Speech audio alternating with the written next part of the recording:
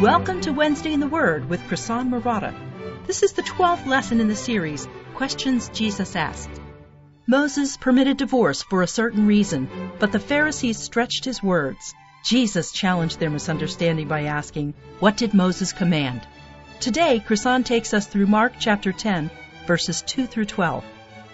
You may recall, or if you're new, this will be new to you, but Mark divides into two sections pretty evenly. There's the first 8 chapters deal with who Jesus is, and that's Mark's primary concern, who he is and his authority. And what we're going to look at now is the second half of the book, and you'll see that the second half of the book, Mark shifts his focus from who Jesus is to what he came to do. That is primarily that he came to give his life as a ransom for many. He came to die for us. So the focus is on the cross. And you'll see that the questions are now going to shift to more, instead of who Jesus is kind of questions, what does that mean for me kind of questions. The so what? Well, if he is the Messiah, how should I respond to it, or how should I live, or what does that mean for my life now? So most of the questions we're going to look at now are not centered in miracles or healings like we saw in the first 8 chapters. You're going to see a lot more. Now they're in discussion with the disciples, or they're in confrontation with the Pharisees, or some life event has happened and he's responding to it. So today we're going to jump back into Mark chapter 10, and the first question deals with marriage and divorce. So that's our topic this morning.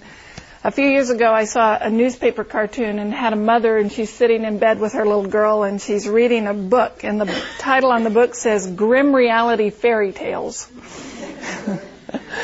And the caption says, and the prince kissed her, and they fell in love, dated a while and moved in together, broke up, got back together, got married, had a baby, got separated, got back together again, broke up, got divorced, spent a little time alone rediscovering themselves, met someone new, fell in love, and repeated the pattern habitually ever after. Okay. There's another one I like, very similar. It was a speed bump cartoon, and the artist was Dave Coverley. And this has a father reading a bedtime story to his daughter, and the text says, and they lived happily ever after for a few years, until the quirks they found so cute in each other while they were dating eventually drove them both crazy. The end.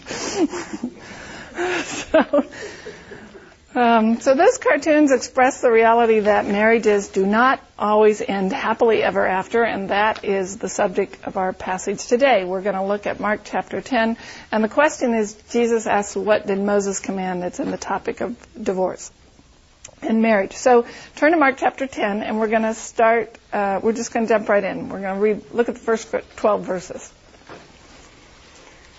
So Mark 10:1, and he left there and went to the region of Judea beyond the Jordan, and the crowds gathered to him again. And again, as was his custom, he taught them. And the Pharisees came up, and in order to test him asked, is it lawful for a man to divorce his wife? He answered them, what did Moses command you? They said, Moses allowed a man to write a certificate of divorce and to send her away. And Jesus said to them, because of your hardness of hearts, he wrote you this commandment. But from the beginning of creation, God made them male and female. Therefore, a man shall leave his father and mother and hold fast to his wife, and the two shall become one flesh. So they are no longer two, but one flesh. What therefore God has joined together, let not man separate. And in the house, the disciples asked him again about this matter, and he said to them, whoever divorces his wife and marries another commits adultery against her. And if she divorces her husband and marries another, she commits adultery. Okay, so to understand this, we have to understand a little bit of what was going on at the time the Pharisees asked this question, and what the Pharisees are referring to. And they are referring to a passage in Deuteronomy 24. So I want to backtrack there for a minute. So keep your finger in Mark and turn back to Deuteronomy 24. Because the Pharisees come and they say, is it lawful for a man to divorce his wife? And they're essentially asking Jesus for a commentary on this passage. So in Deuteronomy 24:1, we read, when a man takes a wife and marries her, and if then she finds no favor in his eyes because he has found some indecency in her, and he writes her a certificate of divorce and puts it in her hand and sends her out of the house, and she departs out of his house, and if she goes and becomes another man's wife, we're following all this, And the latter man hates her and writes her a certificate of divorce and puts it in her hand and sends her out of the house. Or if the latter man dies who took her to be his wife, then her former husband who sent her away may not take her again to be his wife after she has been defiled, for that is an abomination before the Lord. And you shall not bring sin upon the land that the Lord your God is giving you for an inheritance. So the question in this passage is, a woman is divorced, she marries someone else, something happens to that husband, can the first man take her back? And Moses is saying no. But the cause of the debate was, what does the phrase some indecency mean? So you'll notice in verse 1, if she then finds no favor in his eyes because he has found some indecency in her. Well, you know the Pharisees, they love to define exactly what the law means. So there was this great debate over what is some indecency, and there were basically two camps. One followed the Rabbi Hillel, and they thought that some indecency meant anything at all. You know, poorly cooked meal, you don't like the way she looks anymore, she talked back to you, you just don't like her anymore, basically anything. They were kind of the liberal side. The other group followed the Rabbi Shammai, and they thought some indecency meant immorality, and they said that's adultery, and only adultery. So that's the only cause for which he could write her a certificate of divorce. And it was a big debate among the Jews of the day, similar to, I think, our debate over abortion today. It was kind of a litmus test of where is someone going to stand. You wanted to ask them where they stood on this issue. And at the time, only men could initiate divorce. It was relatively simple for them to do. All they had to do was write her certificate. And they also had to return her dowry, which was not always easy, but they were supposed to do that. But for women, even though they couldn't legally initiate a divorce, I'm told that at the time they could force a divorce by committing adultery. So if they wanted out, they would go ahead and commit adultery, and then they could get out. Now you may say, wait a minute, under Jewish law, adultery is punishable by death, by stoning. That is true, but at the time it wasn't enforced because the Jews were under Roman rule, and they were forbidden to enforce their own laws, and the Romans were not, they thought adultery was an okay thing. So divorce and adultery were not as punishable under Roman law, and the Jews were forbidden to punish their own. Plus, it frequently went unpunished because it was pretty rampant at the time. So the Pharisees are inviting Jesus into the debate. They're saying, okay, what do you think? Now, before we look at his answer, you can leave Deuteronomy and turn to Matthew 19, because this is Matthew's telling of the account, and he gives us a few extra details. So Matthew 19, verse 3 is where I'm going to start, verses 3 to 9. And the Pharisees came up to him and tested him by asking, is it lawful to divorce one's wife for any cause? So you see, Matthew makes it a little more specific. They want to know, where do you stand on the debate? What is for any cause? What does some indecency mean? And he answered, have you not read that he who created them from the beginning made them male and female, and said, therefore a man shall leave his father and his mother and hold fast to his wife, and the two shall become one flesh. So they are no longer two, but one flesh. What therefore God has joined together, let not man separate. They said to him, why then did Moses command one to give a certificate of divorce and to send her away? And he said, because of your hardness of heart, Moses allowed you to divorce your wives, but from the beginning it was not so. And I say to you, whoever divorces his wife, except for sexual immorality, and marries another, commits adultery. Okay, so you notice, again, Matthew brings out, this is a test. They're wondering about this debate for any cause at all. And Jesus gives a little more detail in his answer, although it's essentially the same thing. So the Pharisees understood Deuteronomy to mean that whenever a husband is displeased for any reason, he can divorce her. They were on the liberal side. And for them, they thought they could be fully justified in doing this as long as they wrote a piece of paper. So they could still call themselves righteous as long as they wrote out the certificate of divorce first. So they're saying, okay, Jesus, where do you stand? Because each of these camps had a large following, they figured they have Jesus in a lose-lose situation. I think, my guess is they expected him to say, no, you can't divorce your wife for any cause at all. Because if you look at his teaching up to this point, you can guess that he's going to land on the more conservative side. Well, you can guess which side was more popular, at least among the men. So if he says, no, you can't divorce your wife for any cause at all, he's going to contradict a very popular practice, and that'll get the crowds upset with him. And if he says, yes, you can divorce your wife for any cause at all, then they can go, well, you taught this other thing, back here, so they can point out that he's inconsistent. Now, notice that their question concerns what's lawful. They're not asking, what's the right thing to do? What's the wise thing to do? What's the honorable and righteous thing to do? They're asking, where's the line? Where's the line that I can rush up to and still call myself righteous?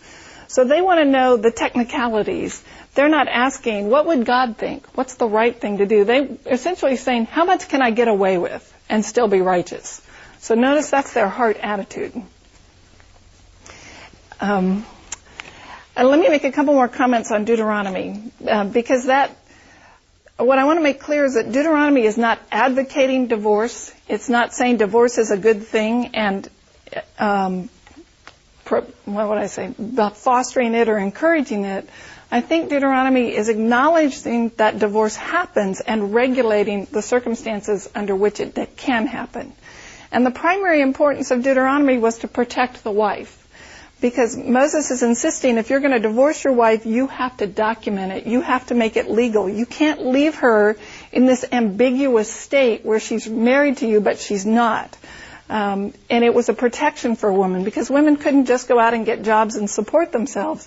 So if a man essentially treated her as if she was no longer his wife, but didn't actually divorce her, she would be left in this basically economically bankrupt state of now what? She can't marry someone else.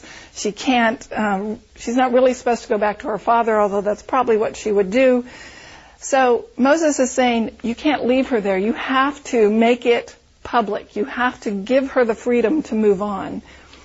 It's also, I think, a discouragement against wife swapping or other forms of marital abuse. So he's prohibiting them from saying, okay, I'm going to divorce you and give you to this man. Then when he gets tired of you, well, we'll divorce you and give you to that man. And then this kind of marital abuse. So he's saying, you can't do that. You can't just trade wives back and forth by writing them a piece of paper and calling it divorce and thinking you're righteous. So I think the laws in Deuteronomy were designed really to protect women and to regulate, if this is going to happen, this is how it's going to happen. You may recall the kind of the famous the eye for an eye, tooth for a tooth passage in Deuteronomy. I think it's the same kind of thing. That law does not advocate revenge. It limits revenge. It's saying if revenge is going to happen, it's got to be equitable. You can't say someone stubbed my toe, so I'm going to kill him. You can't take that kind of unjust revenge. And it's putting limits on it. In the same way, I think what's going on here in Deuteronomy is it's placing limits on divorce. It's regulating how it can happen if it's going to. So, notice they're quoting Deuteronomy, which was written by Moses, and Jesus says, well, what did Moses command? That's not the only thing Moses wrote on divorce, and he takes them back to Genesis, which Moses also wrote. Okay, so let me just make one more comment. I am going to get to the text, I promise. Let me make one more comment about this. Both the Old and New Testament do allow for divorce, and I want to say at the outset, this is not the unforgivable sin. This is not something you have to feel, and I think it's probably not as true today as say it was 30, 40, or 50 years ago, that somehow divorce is like the one thing Christians can't do and still call themselves Christian. Both testaments allow that divorce is going to happen. It is forgivable like every other sin, and the New Testament acknowledges that. So, you have this situation where you have this incredible intimacy in marriage, and with intimacy, of course, comes great power, and because we are sinners, we abuse that, and we can inflict great pain on each other. And I think the New Testament acknowledges that. It acknowledges divorce will happen. It is not the unforgivable sin. God can restore anything. He can redeem anything. And you can certainly go and sin no more, as we're going to look at in a passage later on. So, just want to say at the outset, like every other sin we struggle with, we can take that to the cross and be forgiven. Jesus knows the hardness of our hearts in all areas, whether it's pride or selfishness or financial struggles or whatever, and we can bring that to him. Okay, so let's look at Jesus' answer. In verse 5, he says, we're back in Mark now. Jesus said to them, "Because of the hardness of your hearts, he wrote you this commandment. But from the beginning of creation, God made them male and female. Therefore, a man shall leave his father and mother and hold fast to his wife, and the two shall become one flesh. Since they are no longer two, but one flesh. What therefore God has joined together, let not man separate." So I think from the outset he says, because of the hardness of your heart, he wrote you this commandment. I think that's an acknowledgement, because we're sinful people, divorce is going to happen. And because it's going to happen, we want to at least place some limits on it and protect the people involved so there's not abuse, or as little abuse going on. So I think that's where he starts from. It's allowed because we're sinful. But what was God's plan? He takes them back to verse 6 and says, at the beginning of creation, God made them male and female. Now, just as an aside, since there's so much debate in our culture today over what is marriage, I think we have it right here that Jesus would say marriage is between one man and one woman, that this is male and female, and that marriage comes within that context. So our culture today is trying to tell us, well, maleness and femaleness is a choice that we can make, and we can change with surgery and whatever, and God say no, or Jesus, I think, would say no. This was the design, that it was a complementary, different sexes made to come together in marriage. And then he reminds them of what the marriage commitment is. He quotes Genesis, and most people see this as the definition of marriage. And I'm going to go through this real fast. I have other talks on the website on the Genesis passage, so I'm not going to go into a lot of detail. I think some of you have probably heard this before. If not, I'll leave you to further study. But I didn't want to go through this Genesis verse without at least explaining it a little bit. It says, therefore, basically the therefore is because of marriage, for this purpose, a man shall leave his father and mother, cleave to his wife, and the two shall become one flesh. There are three commitments to marriage: the leaving, the cleaving together, or hold fast, as this translation says, and then the one flesh. So the first one is leaving, and that is the commitment of specialness. The idea of that is that I promise to make my spouse the most special thing in all creation. Because at the time, it was considered that a man's highest obligation was to his parents. They were the most important people in his life. He was duty-bound to honor them. And there's a lot of New Testament and Old Testament passages you can see that bring that out. Now, he's making a new commitment. He's committing to his wife, and his wife becomes his most important commitment. So that if it comes to a choice between what my mama wants and what my wife wants, your duty is to your wife. So the idea is more than move out of your parents' house. It's a very strong word that's used in the Genesis passage. It's leaving his father and mother has the idea of abandoning them, of making a break, and now you have a new commitment. So the first commitment of marriage is we make each other the most special thing in all creation. Now, in creation, God is still number one, but apart from God, our next highest priority, our next commitment ought to be to our spouse. Okay, the hold fast or cleaving, that's the promise to share my life with this person.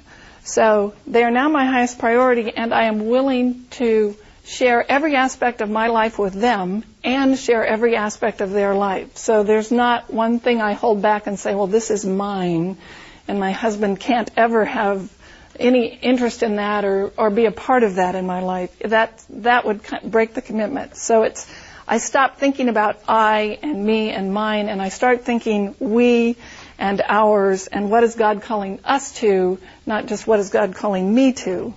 So the analogy that's often used with this one flesh is I treat my husband like I would my own body. So, if I break my leg, I don't say, oh, it's just my leg, I've got another one, no problem.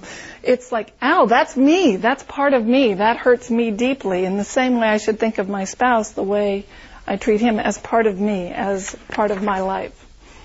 So we have one calling, one purpose, and that I shouldn't start thinking, what is God calling me to if he's calling me to California? And it's very clear my husband is not. Could be not being called to California. I could guess that I am misunderstanding that calling, that God, having called us together, would not call us apart.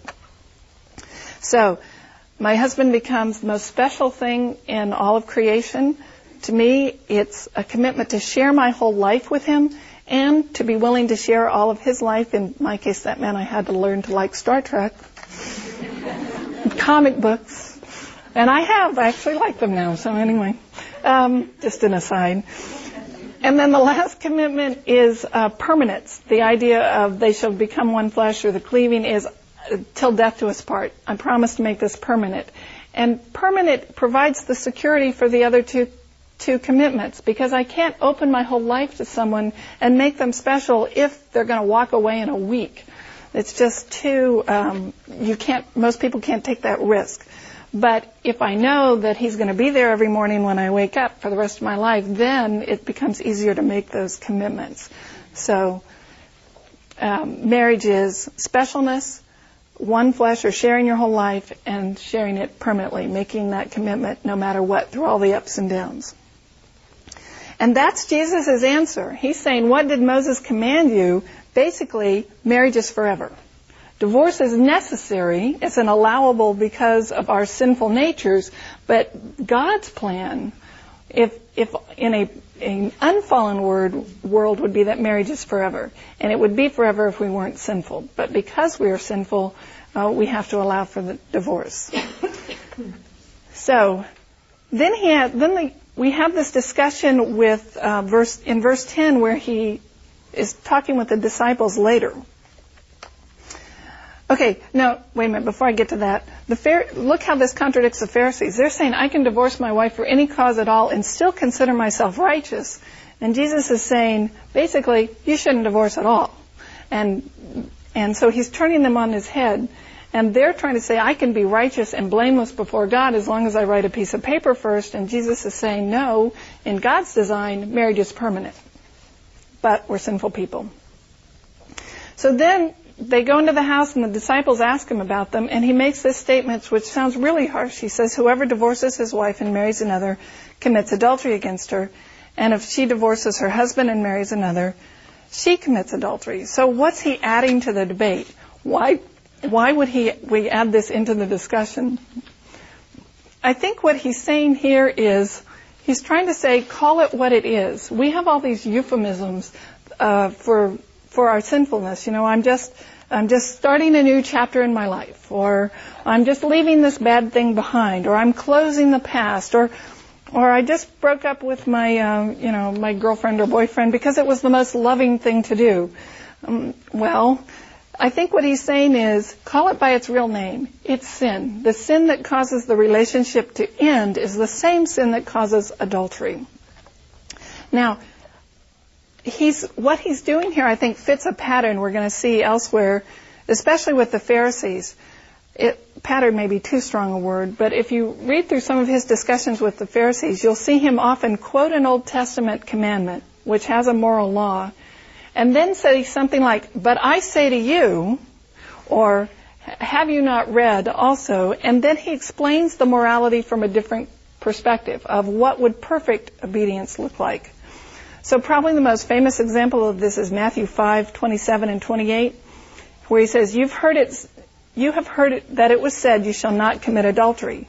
But I say to you that everyone who looks on a woman to lust for her has committed adultery with her already in his heart. So here's where he's quoting the moral law. He's saying, you shall not commit adultery.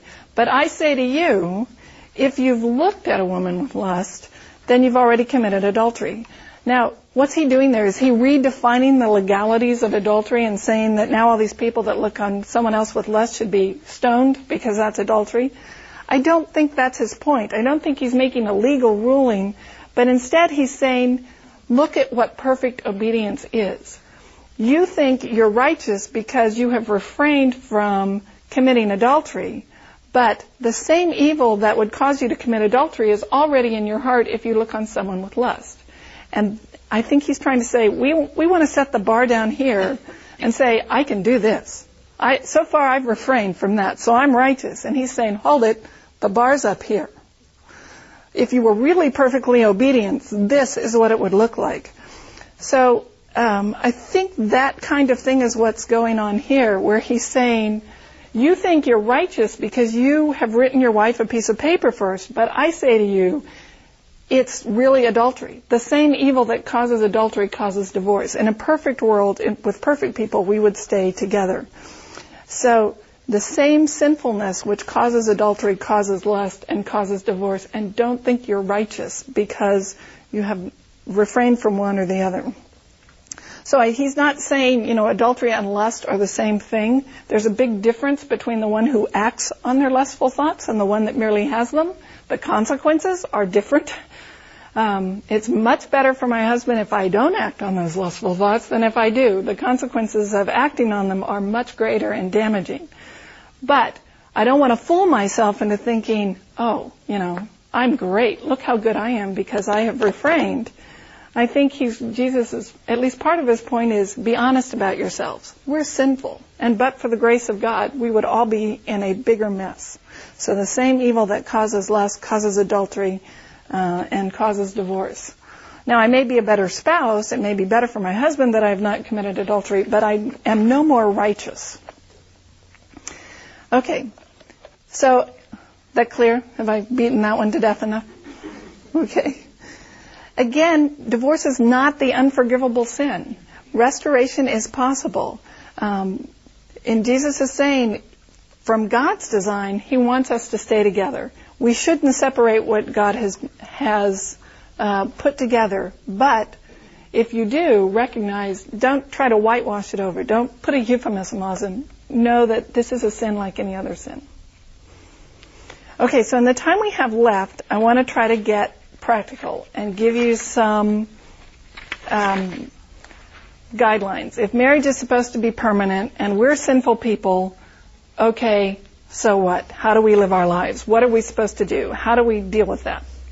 Now, I have to give you a disclaimer right up front. I would call these guidelines.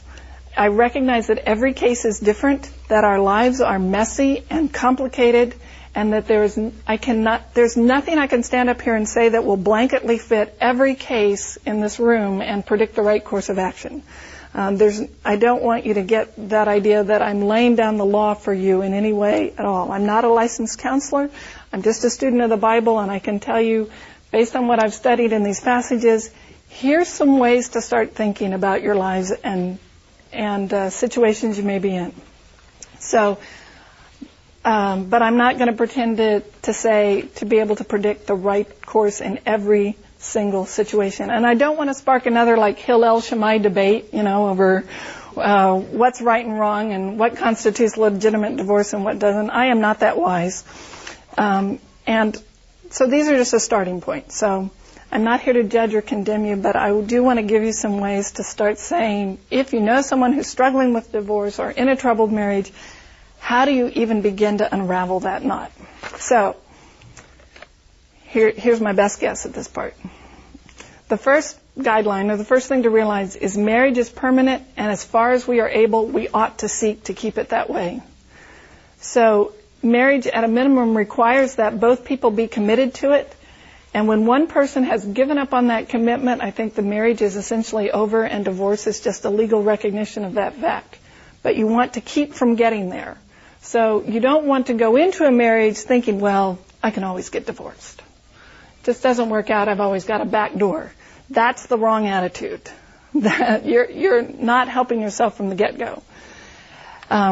It would also imply, I think, don't give up too quickly. Give God time to work. Give him time to do something. Remember, his timetable is not ours. We want everything wrapped up by Friday, and God may take 40 years, or longer.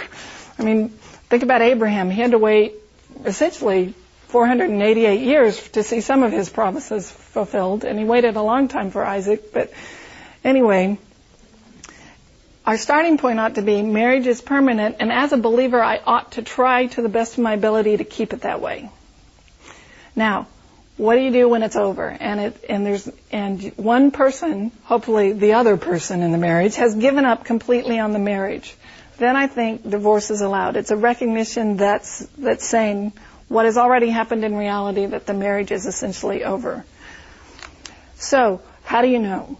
This is where I'm going to get into the sticky wicket. How do you know if one person has given up or the marriage is essentially over? So what would be legitimate, if you will, grounds for divorce?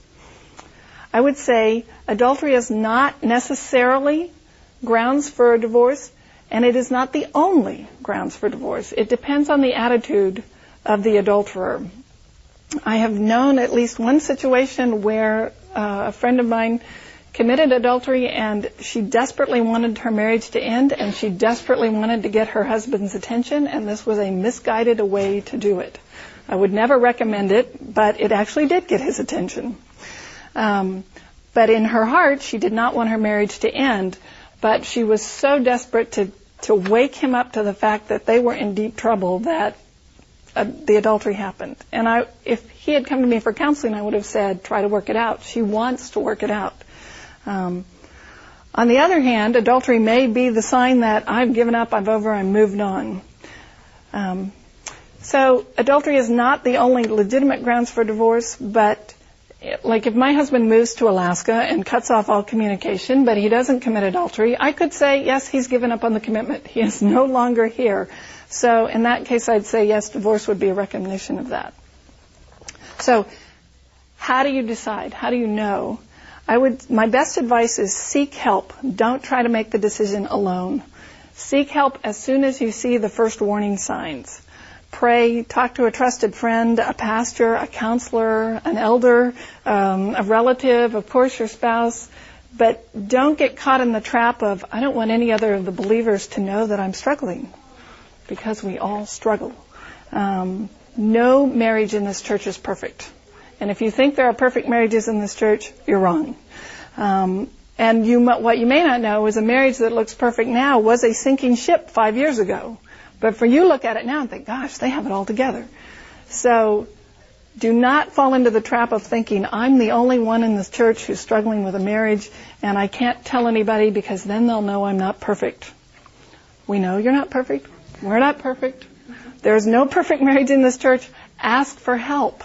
We had a case, it's probably been 10 years ago now, where a couple in our church got divorced, and they hid it so well. When it finally happened, it was a shock to almost everybody. And the tragedy, to me, part of the real tragedy was it probably could have prevented 2 years earlier. If they had told anyone we're in trouble, it might have been preventable, but by the time it came to light, there was so much damage and so much hurt, it was beyond repair. So seek help early. Don't try to make this on your own. Don't try to tough it out. Having said that, there are 4 really good ways to kill a marriage. So if you want to stay married, avoid these at all costs. And in the PCA, these 4 are often recognized as grounds for divorce. They all begin with the letter A, so it's easy to remember. So here, I'll give them to you not as guidelines for now I can get divorced, but avoid these at all costs to keep your marriages healthy. So the first one is adultery. Breaking that one flesh commitment often inflicts so much damage that it's irreparable. And it doesn't have to be, but it can be a sign that the marriage is over. And we've already talked about that one. So adultery. The second one is abandonment. That is either physical abandonment or emotional abandonment. Giving up on the marriage and just withdrawing so that you are no longer there. And it may be moving out, moving away, or it may just be you're still in the same house, but you have so emotionally separated yourself that you might as well not be there. So adultery and abandonment are often grounds that it's over. Abuse is the other one. There is no kind of abuse. If you think about what the marital commitment is, there's no kind of abuse which supports it. Whether it's physical abuse, emotional abuse, verbal abuse, it's just a mockery of the marriage commitment. It's like a 180-degree opposite of the way you're supposed to treat your spouse. So if you're in an abusive relationship, protect yourself, protect your children. It may not lead to divorce, but at least you need to become safe, find a safe place. So adultery, abandonment, abuse, and the last one is addiction. Jesus said, you can't love both God and mammon. I think it's equally true. You can't love your spouse and alcohol or drugs. The addiction takes over your life. And in most cases, the addiction leads to one of the other three. So it is often the first step to either abuse or abandonment or adultery. So if you're in an addictive situation or your spouse is in an addictive situation, get help, seek help. It's one of those things you can't really do alone. So those four things, I think, if you avoid those four, the good news is you've avoided the main trouble spots of marriage: adultery, abandonment, abuse, and addiction. And if you're in one of those, seek help. God doesn't make it easy on us, but He knows our hearts. And I think if we're trying to find a way out of the marriage because we're just sinful and selfish, we're not going to fool God. But if we're seeking obedience and wisdom and trying to prayerfully do what's right and what's best, then you just have to throw yourself on God's mercy and grace and take what you think is the right step for your situation. Okay, I want to close on a happier note because I think it's interesting that Mark puts verses 13 through 16 immediately following this section on marriage and divorce. So let's go back to Mark for a minute and look at Mark 13. And they were bringing children to him that he might touch them, and the disciples rebuked them. But when Jesus saw it, he was indignant and said to them, "Let the children come to me, and do not hinder them, for to such belongs the kingdom of God. Truly I say to you, whoever does not receive the kingdom of God like a child shall not enter it." And he took them in his arms and blessed them, laying his hands on them. A lot of commentators put a major break between verses 12 and 13. But as I was looking at this, I started thinking, well, is that really a break? Why would Mark link these two passages together? If they're not linked in time and place, which I actually think they are linked by the time and place, there's certainly a thematic link because who suffers the most when a marriage breaks up? The children. The children always suffer the most. And so you have this passage where the people are rebuked for bringing the children to Jesus, and he says, "No, let them come to me." And he holds them in his arms and he touches them. And I think that ought to be encouraging if you're a child from a broken home, or if you know a child from that, or if you're going through those circumstances. I think it's a recognition that Jesus can heal anything, that you let them come to him, he will touch them, he will hold them, he will bless them. And I think that's a tremendous word of hope, that there's nothing beyond the healing power of Jesus. There's nothing that he can't fix.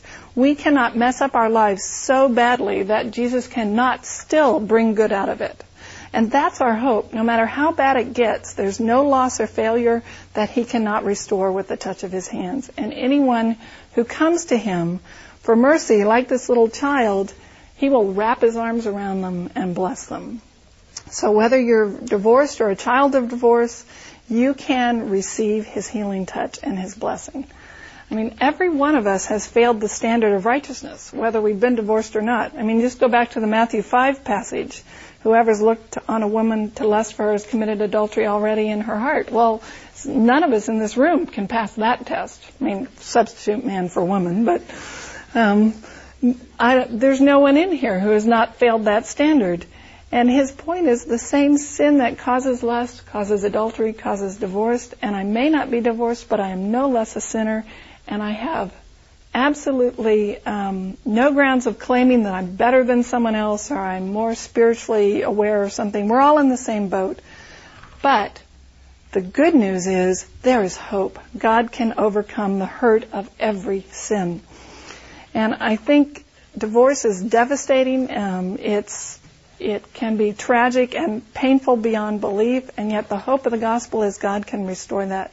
Our guilt and our shame says, I only deserve bread and water. That's all I could get. And God is saying, come to the feast. There is a feast of forgiveness waiting for you. True, we are sinful and we only deserve bread and water, but that is not what God in his grace gives us. He gives us a feast of forgiveness. So, in this age, remember, God is more concerned with faith than with perfect obedience. He wants to make you a person who has a strong and mature and enduring faith. And almost always struggle is part of that plan. Struggle and tragedy and suffering. And how we respond to that is often the path of the Christian life. And the best way to handle failure is to know it's forgivable. And that struggle may be the very tool God is using to shape us into the person He wants us to be, to make us someone who comes to Him, who's on our knees trusting Him, no matter what. So divorce, like any other sin, is another opportunity to trust God, to throw ourselves on His mercy and say, look, I can't do this by myself. Give me the faith to get me through. Thank you for listening to Wednesday in the Word. For notes and study questions related to this message, please visit our website, WednesdayInTheWord.com. Thank you for being with us, and we hope you'll join us again. Before you go, if you're looking to improve your Bible study this summer, sign up for my Bible Study Boot Camp. It's a free 7-day email course you can work through at the beach, on a road trip, or from your back porch. Each day, one short lesson shows up in your inbox and walks you through a simple method for studying any passage of Scripture yourself. 7 days, and you'll have a skill you can use for the rest of your life. Sign up for free at WednesdayInTheWord.com/bootcamp or click the link below this podcast. Thanks for listening.